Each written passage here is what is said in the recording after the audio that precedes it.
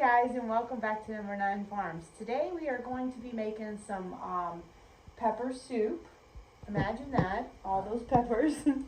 So I've got the peppers here cut up with the Nimco and the hamburger here. So we're going to do a triple batch, and the recipe calls for 8 cups of peppers and 6 cups of onions. So this of course is our onions too.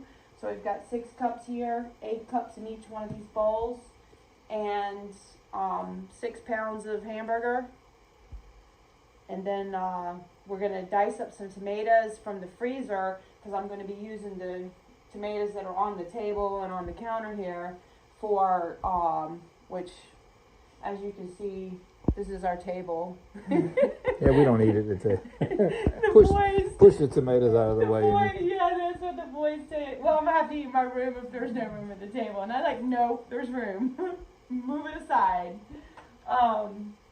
So we're gonna be using those tomatoes to cut up for 8 pounds per batch, right? Yeah, 8 pounds per batch. And then we're gonna use our beef broth that's downstairs in the basement. And we're gonna make this pepper soup, and this is gonna pressure can. So let's get started. So I got some of the tomatoes out of the freezer, and now it's time to weigh them. Alright guys, so I've got the 3 broth, and I'm gonna go ahead and just dump them in our 24-quart pot we have right here. So now, after the broth is in, that way all the stuff can go in there, and it doesn't have a lot of, it has a little bit of juice so that it doesn't stick to the bottom of the pan, because the tomatoes, I've got most of them all peeled. I got a little bit left here to do, and then I'm going to go ahead and quarter them as much as I can and get those in the pot, because I don't really care if they're thick or chunky or whatever, because we love tomatoes. So I'm going to go ahead and put all the onions in and get them starting to cook just a little bit before I get the rest of the tomatoes in, and the garlic will go next, which the beauty of this pepper soup is everything that we have grown, and well, I grew. I tell you. I mess with Bruce all the time.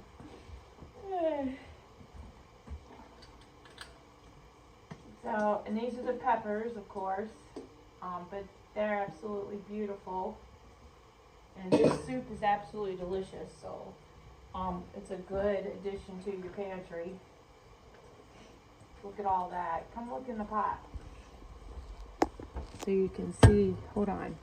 Wow. My allergies today from something. From Bruce stirring up the dust, remember? Yeah. Okay. I created the dust. Alright, so now the tomatoes will go in, and then I'll spoon the hamburger in too, and then get them all stirred up. Alright guys, so come over and look at the soup. I want you to see how it's looking.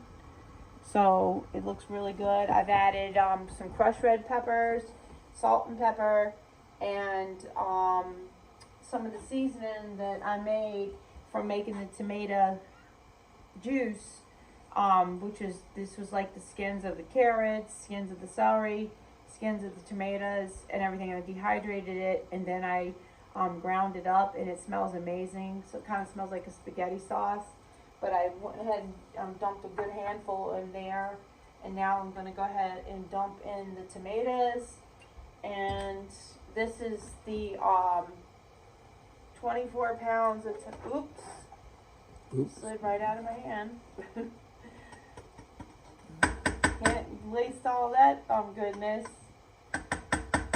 And so they were skinned and cored to make up the weight here, a little less, a little more. So some of the Roma type, like the Amish paste and the there's a little Don't know how to fire the skin guy.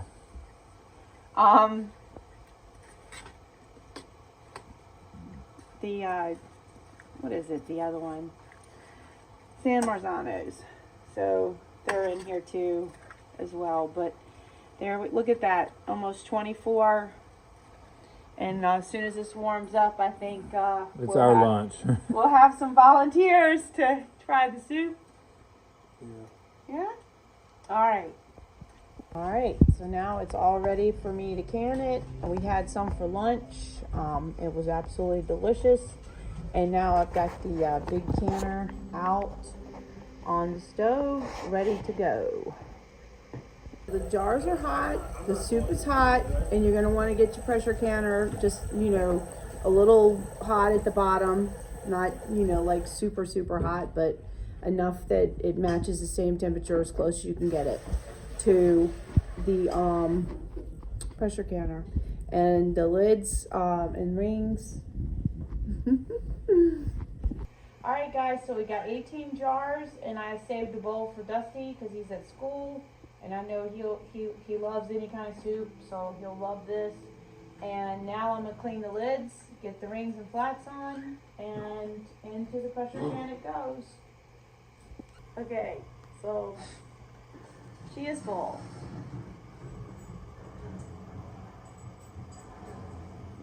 So now I'm going to go ahead and put some Vaseline around the outside rim here. Since this, the All-American canners don't have a gasket, so it's always advisable to use like olive oil or Vaseline on the outside so that you get a good seal. But it does create like greasy jars sometimes. But sometimes that can happen anyway, even if you use your Presto or the ones that have their own seal. But that's okay. You just clean them up anyway and right on the tops, and then put them in your pantry. Alrighty, so she's all ready to go. So I'm gonna wait now. It's gonna be 10 pounds of pressure for 90 minutes, but we're gonna let all the steam come up here as high as it'll go for 10 minutes, and then we'll put the jiggler on. Finally, I'm gonna get to do the tomatoes. Now, you just weigh out until you get 22 pounds. All right, so what I have here now is I've got tomatoes, the 22 pounds of tomatoes, and I just go ahead and wash those, and I really don't even core them, and I'll show you why I don't core them, because what I do is I run them through my food mill, and you'll see why I just do this. I just kind of quarter them into the pot. And if there's a bad spot on it, kind of like right there, like if I see a bad spot, I'll kind of like just take that little bad spot out. But most of the time, I just go ahead and put them right into the pot, just kind of like this. And no rhyme or reason, just go for it. Okay, so look at the nice little carrots that I got from Dalton Farms. And I'm going to be using my own onions, peppers, and celery. I'm going to go out in the garden now and get the celery. So I'll take you along, plus we'll get some parsley. And the onions and peppers we got plenty of right now. Here is the celery, and it's still a lot. It is regrown back, but here's some of the larger stalks, as you can see. So I will definitely have to get this before the freeze comes, the frost, should I say. But look, those are some more of the beans, and the beans are already ready again. So all the way, more tomatoes I see. Alright, so I just wanted to show you, you want to stay with the recipe on this one, but I did find a recipe in case you didn't feel comfortable on water bath canning this, because like I said, you want to stay with the recipe because you want to for your acidity. And because I am going to water bath can this for 35 minutes, but you'll see how all that process. But I also dug up this book right here so you could see on there the recipe. It's on page 39, and she uses pints for 15 minutes. So if you want to do that, but we're going to be putting ours in quarts, and they're going to go for 35 minutes in water bath cannon. Let me just show you what it would look like now. So this is where you want to go ahead and stop cooking because everything has gotten a little soft, and this is where I'm going to run it through the food mill. The pressure canner is still going, and so, alright guys, this is the part that I've been waiting for. I got out my, I don't know how you really say it, rever, but it's my food mill. I've had it almost 4 years, and we are ready to go with it. So, this makes things so easy.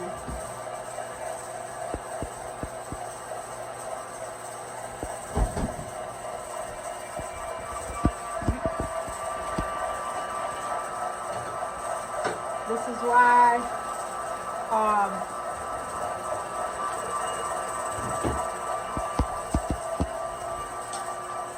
that I didn't worry about pouring and doing all that stuff to it. But now, and what I did last time was I saved all of this and dehydrated it in the dehydrator, and then that's how I made that seasoning that I use in the pepper soups. So you can see how good it works, and all you gotta do whenever you need to clean it, or if you feel like it gets stopped up, is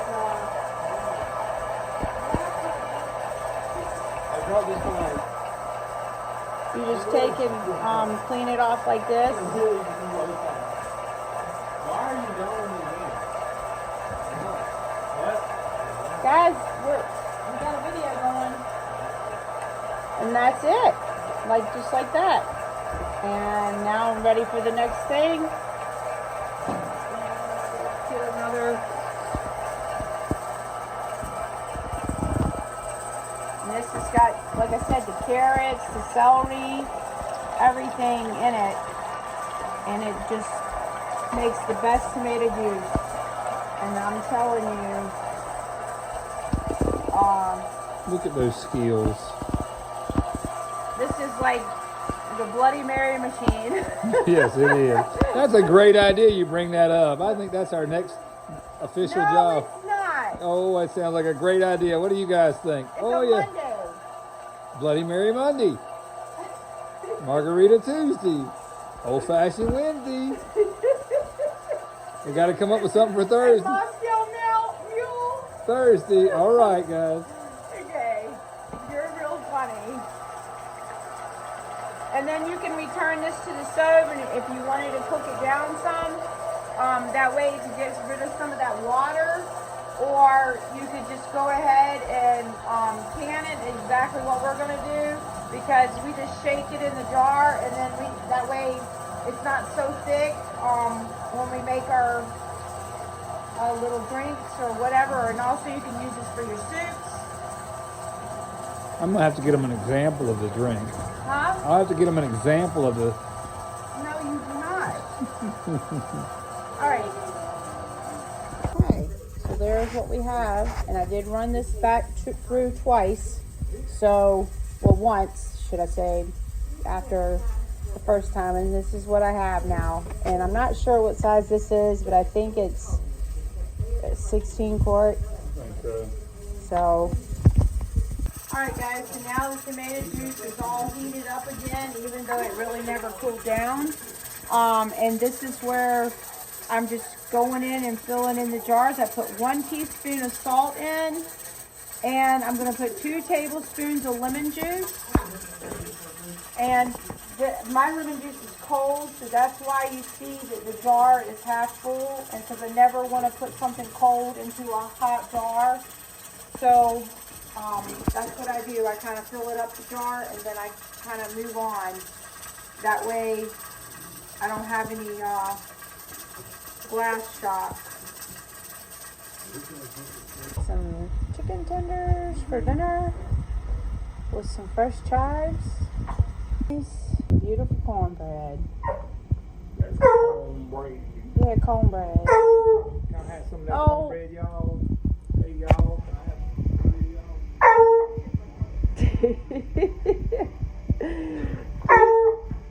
What are you barking at now?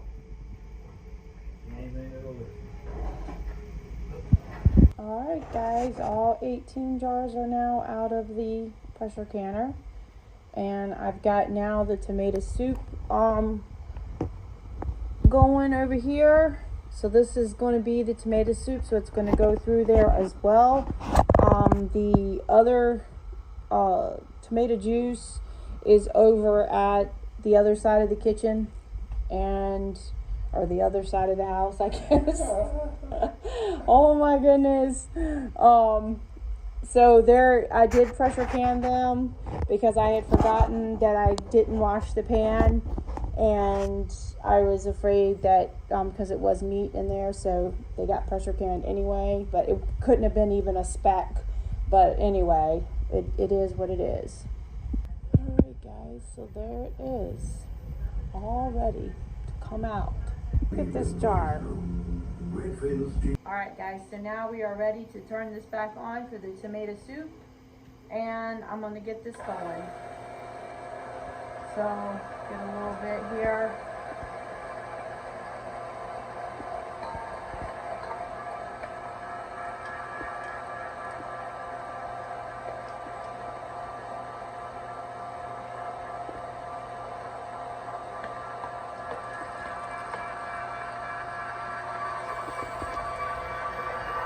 That thing goes.